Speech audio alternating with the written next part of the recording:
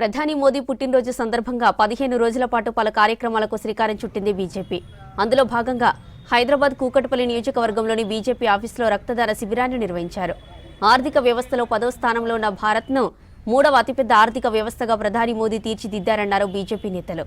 దేశాభివృద్ధి, ప్రజల శ్రేయస్సు, రక్షణ ధ్యేయంగా మోదీ ముందుకు వెళ్తున్నారని తెలిపారు.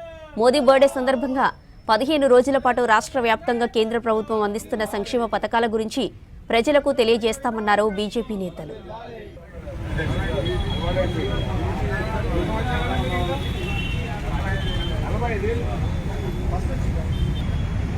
శ్రీ నరేంద్ర మోడీ గారి యొక్క 75 సంవత్సరాలు దాటి 76వ సంవత్సరంలో అడుగెడుతున్నటువంటి సందర్భంగా మరి నిన్నటి నుంచి ఆయన యొక్క జన్మదినం జరపడంతో పాటుగా సేవా కార్యక్రమాలైనటువంటి స్వచ్ఛ భారత్, అదేవిధంగా రక్తదాన శిబిరాలు, ఇంకా అనేక రకాలైనటువంటి కార్యక్రమాలు నిర్వహించడం జరుగుతుంది. ప్రధానమంత్రి నరేంద్ర మోడీ గారు మరి ఒక పేద కుటుంబం నుంచి వచ్చి మరి ఈనాడు ఈ స్థాయికి చేరుకోవడం, ఈ వయసులో కూడా చాలా చురుకుగా, చలాకీగా, మరి అందరికంటే కూడా ఎక్కువగా నిర్విరామంగా కేవలం ఒక 5-6 గంటలు నిద్రకు ఉపక్రమిస్తే మిగతా సమయం అంతా కూడా దేశం కోసం, ప్రజల కోసం మాత్రమే ఆయన కేటాయించడం అనేది జరిగింది.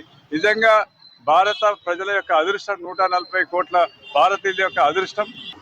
చాలా సంతోషకరం. 76 నరేంద్ర మోడీ గారి జన్మదినం సందర్భంగా మా యువత అందరూ కూడా బ్లడ్ డొనేషన్ క్యాంప్ పెట్టడం, వారు 100 మంది కలిపి యూనిటీ ఇవ్వడం కూడా చాలా సంతోషకరం.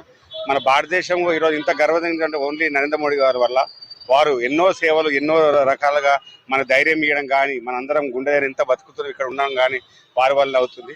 15 రోజుల పాటు సేవా కార్యక్రమాలు చేయాలి, వివిధ సేవా కార్యక్రమాలని ఆ రకంగా మా జాతీయ పార్టీ నిర్ణయించడం జరిగింది. అందులో భాగంగానే ఈరోజు రక్తదాన శిబిరం, మాకే నాంపే ఏక్ పేడ్, ఆ రకంగా మహిళలకు, మన లేఖా చిత్రీకరణ, పిల్లలకు, స్కూల్ పిల్లలకు కూడా అనేక కార్యక్రమాలు 15 రోజుల పాటు మరి యొక్క కార్యక్రమాలు చెప్పడం జరిగింది.